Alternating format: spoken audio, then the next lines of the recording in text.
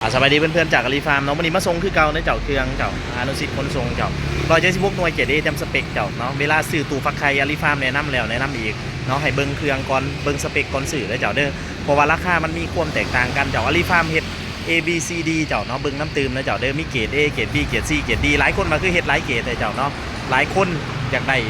จำนวนหลายแต่ว่าได้ราคาย่อมเยาเฮาก็เฮ็ดราคาเป็นพิเศษให้เด้อเจ้าเด้อเฮาบ่ได้เอากำไรล้วงหลายหยังสำหรับลูกค้าเจ้าเนาะเพราะว่าเฮ็ดจัดเป็นแต่ละหมวดหมู่ของเกรดของสินค้าเนาะเพื่อบ่ให้มันลงกันเจ้าเนาะเบิ่งตื่มเจ้าเซ็กเบิ่งตื่มบ่ว่าสิซื้อหยังก็ตามเจ้าเนาะสเปคเครื่องนี่สำคัญที่สุดสเปคแนวนึงกับราคาแนวนึงสเปคแบบนึงก็จะเป็นแบบนึงอันนี้เป็นรุ่นท็อปที่สุดของอาลีฟาร์มเลยเจ้าเด้อเป็นรุ่นท็อปดีที่สุดที่อาลีฟาร์มผลิตได้เด้อเจ้าเด้อพัดลมฮัตตาริทั้งพ่นหมอกเป็นทั้งเฉพาะของมันเจ้าเนาะ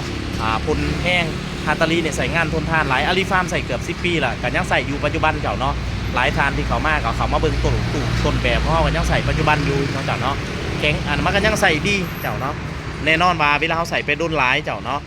มันก็จะมีอะไรบางตู้ที่สุดส้มเจ้าเนาะเขาก็สามารถเปลี่ยนแปลงได้เลยเจ้าเด้อขอบใจหลายๆที่ติดตามรับชมเจ้าเนาะมีหยังสามารถสอบถามได้เบิ่งรีวิวตื่มในโพสต์นี่เขาปาไว้อยู่เจ้า